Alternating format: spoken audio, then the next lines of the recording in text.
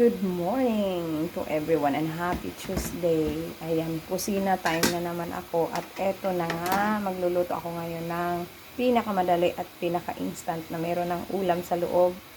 Tada! Ayan, magsisinangag ako. Ayan, nag-prepare ko ng zucchini, carrots, and hotdog. At itong ating rice dahil maraming baho kagabi. At itong ating egg. Ayan, so at yun ang aking piseli dahil pinakuluan ko pa maluto. At yan na, magpe-prepare na ako. Ready to prepare na po.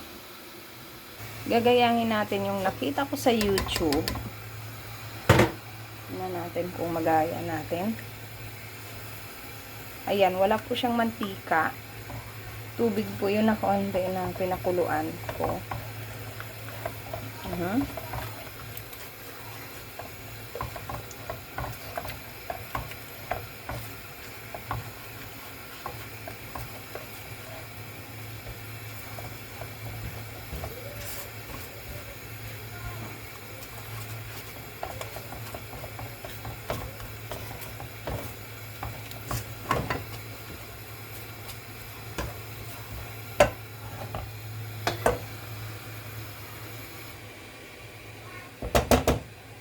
And ilagay na natin yung at pinagsama-sama ko na silang lahat sabay-sabay kasi wala na akong oras guys. So ayan, wala ko yung mantika. Ang ginawa ko, walang mantika. Nagpakulo ako ng tubig, kaunting tubig, mga half cup.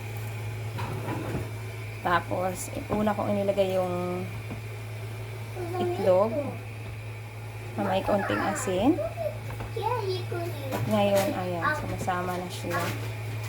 Mamaya lalagyan natin ng kaunting soy sauce at kaunting asin.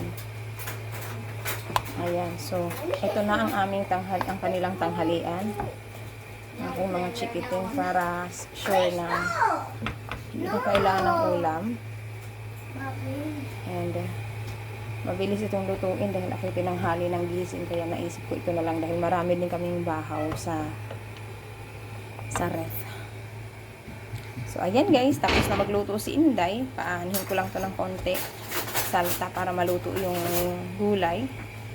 Madali naman maluto yung gulay kasi maliliit yung hiwa. And bon appetit, buona giornata a tutti.